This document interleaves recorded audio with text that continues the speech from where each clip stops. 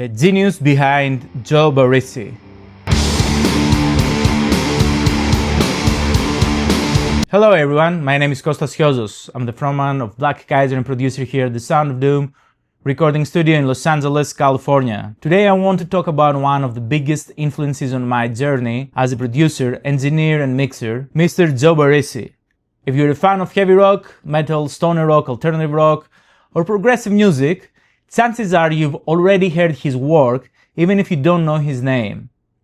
Joe has worked with bands such as Tool, Queens of the Stone Age, Kyuss, Alice in Chains, Soundgarden, Slipknot, Melvins, Clutch, Fu Manchu, Monster Magnet, Red Funk, Chevelle, Jerry Control, and many more. And honestly, some of my favorite records of all time have Joe Barresi's name in the credits. Before we talk about what makes him so special, here's a little bit of background. Joe started playing guitar at a young age and studied classical guitar, music theory, piano, and music engineering, before eventually moving to Los Angeles. Like many great engineers, he worked his way through different recording studios, learning from some of the best producers in the business, including Gigi Garth Richardson, Michael Bainhorn, Rob Cavallo, David Caney, and Sylvia Massey. Over time, he developed his own approach to recording and mixing and eventually became one of the most respected names in rock music. But what makes Joe Barresi so great? Why do so many legendary bands trust him with their records? And why do engineers all over the world study his work? For me, the answer comes down to one thing.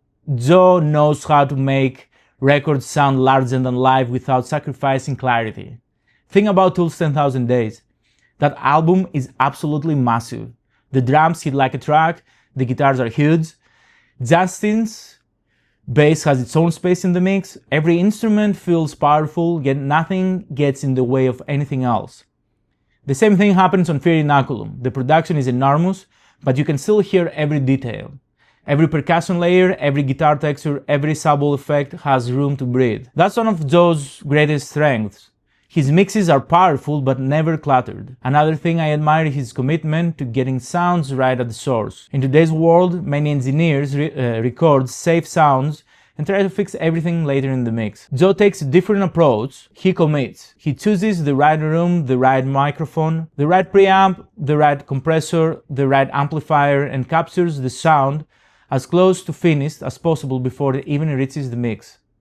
That philosophy completely changed the way I approach recording. One of the biggest reasons for that was discovering the educational content he created with his partner, Chad Bamford, through ProSound Workshop. I haven't attended one of their in-person workshops yet, but it's definitely one of my bucket list. However, I have purchased several of their video courses, and honestly, they left me speechless. One of the courses focuses on guitar recording and explains how Joe combines multiple amplifiers, speaker cabinets, microphones, and signal paths to create unique guitar tones. Watching that course completely changed the way I think about guitar recording. Another series follows the process of recording and mixing a rock band from start to finish. Joe walks through microphone placement, room selection, preamps, compressors, outboard gear, console, workflow, and mixing decisions in incredible detail. As someone who studied audio engineering over 20 years ago in Greece and later continued my education at California College of Music while studying bass performance, I can honestly say that some of the concepts Joe teaches in a few hours of video were things nobody had ever explained to me before. Don't get me wrong, I learned a lot in school, but Joe's video showed me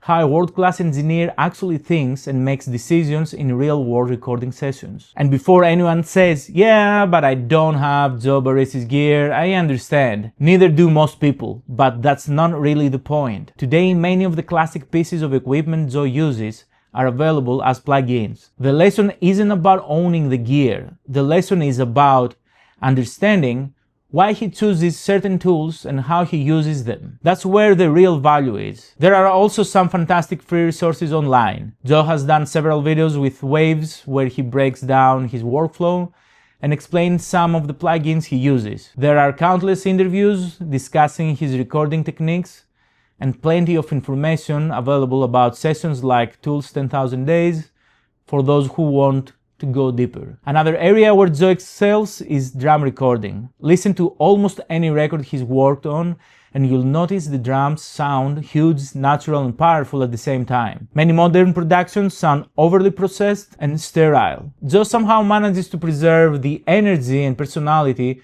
of the performance while still delivering the punch and consistency expected from modern rock records. And then there are the guitar tones. Honestly, some of the greatest guitar sounds I've ever heard were created on records Joe worked on. Whether it's the crushing heaviness of Tool, the desert rock swagger of Queens of the Stone Age, or the dark textures of Alice in Chains, the guitars always sound unique and perfectly matched to the artist. That's what separates a great producer from a good one. He doesn't force every band into the same formula. He helps each band sound like the best version of themselves. Joe's House of Compression, according to recent social media posts, he's currently relocating into a new facility. He's also become more active on YouTube, sharing gear tests, studio stories, recording techniques, and behind the scenes insight from his incredible career. This video isn't sponsored.